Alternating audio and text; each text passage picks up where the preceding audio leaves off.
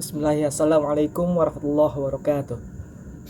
Alhamdulillahilladzi hadana bi 'abdil mukhtari man da'ana ilaihi bil idzni wa qad nadana labbaika ya man dallana wa hadana sallallahu alaihi Allahu barakalladzi bika ya musyafa khasana wa habana asyhadu an la ilaha illallah wa la syarikalah wa asyhadu anna muhammadan abduhu wa rasuluhu amma ba'd. Alhamdulillah, pada pertemuan kali ini izinkan saya mempresentasikan dengan tujuan untuk menyelesaikan tugas ujian tengah semester mata kuliah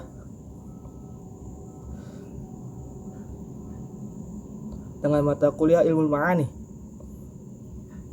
dosen Dr. Nur Laila. Baik, di sini saya akan mempresentasikan yang pertama, yaitu tentang ijaz. Ijaz itu adalah mengungkapkan nafas yang sedikit ringkas tetapi memiliki makna yang banyak. Pembagian ijaz itu ada dua. Yang pertama al-qasar, yang kedua al-hafz.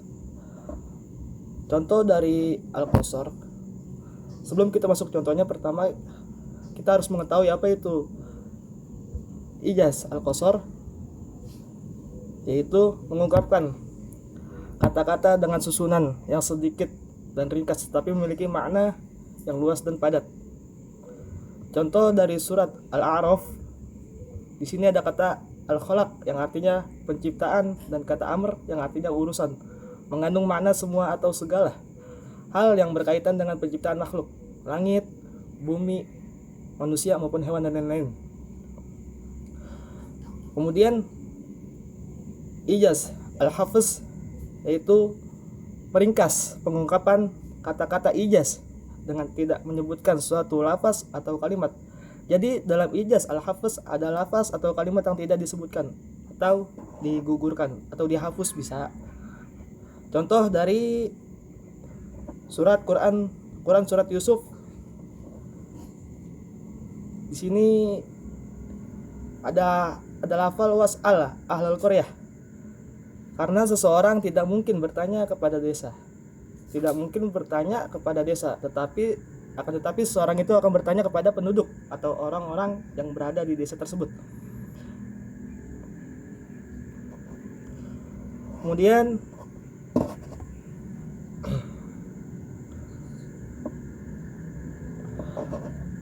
pengertian i'tinab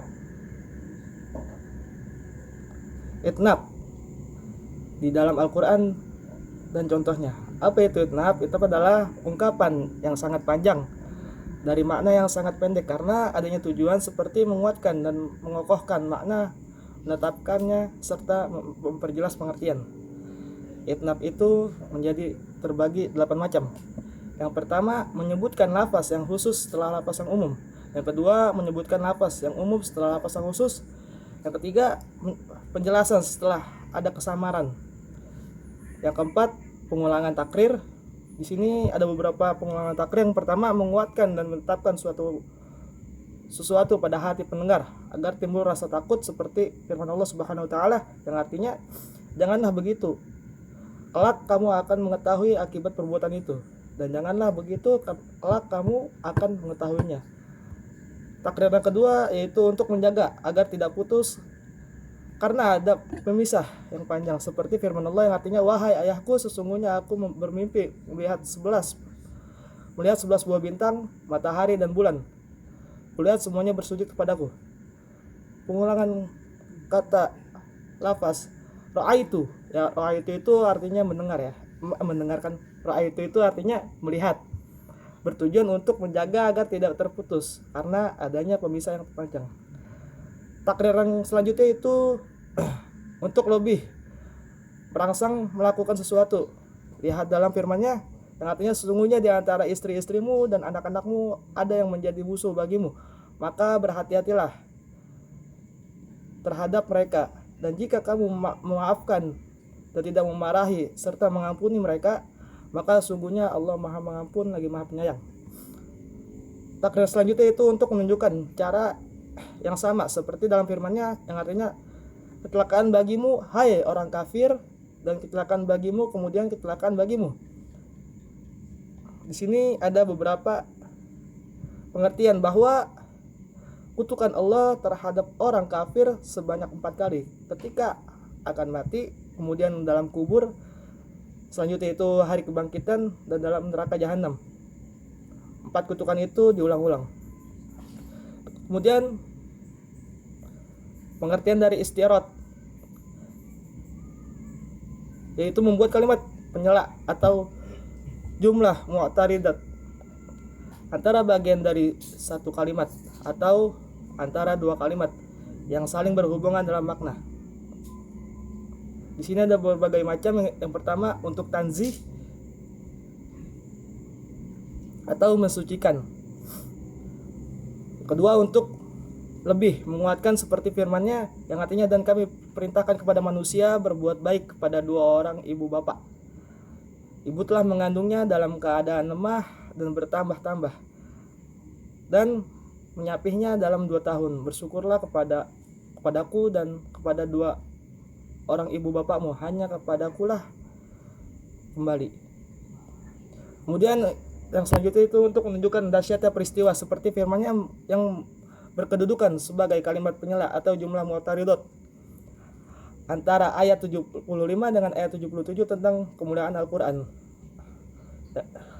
Itu wa innahu laqasamul ta'lamun azim, sesungguhnya sumpah itu adalah sumpah yang besar kalau kamu mengetahuinya. Kemudian itu yaqul, yaitu mengakhiri kalimat dengan suatu lafaz untuk maksud tertentu, padahal makna kalimat itu sendiri telah sempurna tanpa lafaz itu. Di sini ada beberapa ayat, contohnya wa yarzuqu may yasha'u bighairi hisab, yang artinya dan Allah memberi rezeki kepada orang-orang yang dikehendakinya tanpa batas. Kemudian tazil yaitu mengiringi suatu kalimat dengan kalimat lain untuk menguatkan apa yang tersurat atau mantuk atau yang tersirat mafhum. Dari kalimat pertama, dalam hal ini ada 2 macam, yaitu berlaku seperti kalimat perumpamaan kalam. Kemudian di sini ada pengertian lafaz al-haq pada ayat di atas adalah Islam, dan pengertian lafaz al-batil innal batil adalah kufur. Pengertian kalimat batil sebenarnya telah tercakup pada kalimat, namun guna menguatkan pengertian kalimat itu maka disebut kembali. Kemudian di sini ada ihtiras atau takmil. Ihtiras yaitu menghadirkan suatu kalimat untuk menghindari timbulnya salah paham terhadap pengertian yang dimaksud sebenarnya, seperti firman-Nya yang artinya, hai orang-orang yang beriman, barang siapa di antara kamu yang murtad dari agamanya, maka kelak Allah akan mendatangkan suatu kaum yang akan mencintai mereka, dan mereka mencintainya dan bersikap lemah lembut terhadap orang-orang mukmin. Ihtiras atau takmil, ayat ini memuji semua orang mukmin mengikut Abu Musa al-Asy'ari ketika akan timbul pengertian yang salah. Itu disebut perbuatan merendahkan diri karena adanya kelemahan. Kemudian itu tatmim, yaitu mendatangkan ma'mul fudol atau ma'mul fudlah pada suatu kalimat yang tidak mengandung kesalahpahaman untuk mencapai maksud tertentu, seperti mubalaghah. Selanjutnya itu pengertian dari musawah. Al-Quran adalah hadis Nabi, merupakan sumber pokok agama Islam. Keduanya menggunakan bahasa Arab, dan keduanya hanya mengatur hal-hal yang bersifat pokok, tidak menyebutkan uraian teknis secara rinci.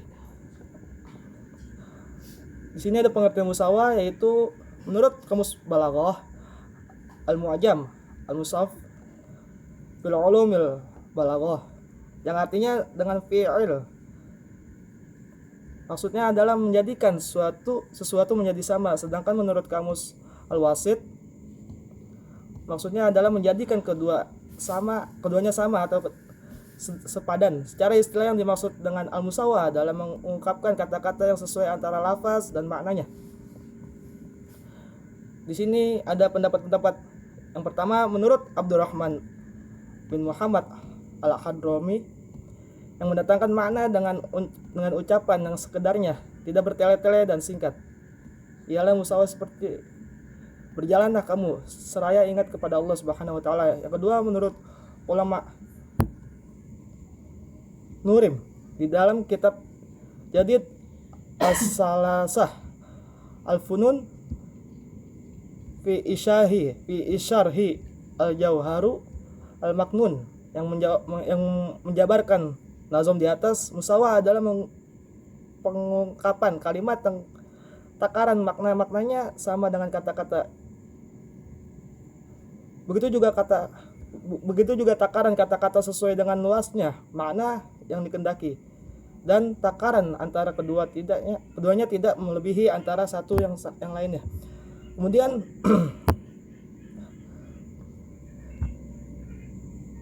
pendapat selanjutnya itu al-musawah adalah pengungkapan yang kata-katanya sesuai dengan banyaknya inti pokok yang dimaksud. Sesuai dengan banyaknya inti pokok yang dimaksud, dengan tanpa adanya pengurangan dengan pembuakan atau penambahan, dengan cara pengulangan, menyempurnakan secara tuntas, atau dengan cara perluasan ungkapan. Posisi al-musawah dalam balaghah, di dalam ranah balaghiyah, posisi al-musawah berada pada tingkatan di mana seseorang menyampaikan sebuah ungkapan sesuai dengan inti pokok makna atau makna asal yang dimaksud.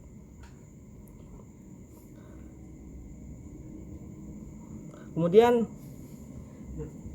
ungkapan dengan gaya al-musawah biasanya yang digunakan pada hal-hal berikut, yaitu naskah-naskah keilmuan, yang kedua naskah-naskah hukum syariat, yang ketiga teks perjanjian antara negara, yang keempat teks yang memuat ketetapan resmi, yang kelima penjelasan hukum agama, yang keenam penjelasan tentang hak dan kewajiban. Di sini ada contoh dari al-musawah. Yang pertama, rencana yang jahat itu tidak akan menimpa selain orang yang merencanakan sendiri. Surat Al-Fatir. Kemudian dari Quran surat At-Tur, yang artinya setiap orang tergadai atau terikat dengan apa yang diperbuatnya. Mungkin cukup sekian. Assalamualaikum warahmatullahi wabarakatuh.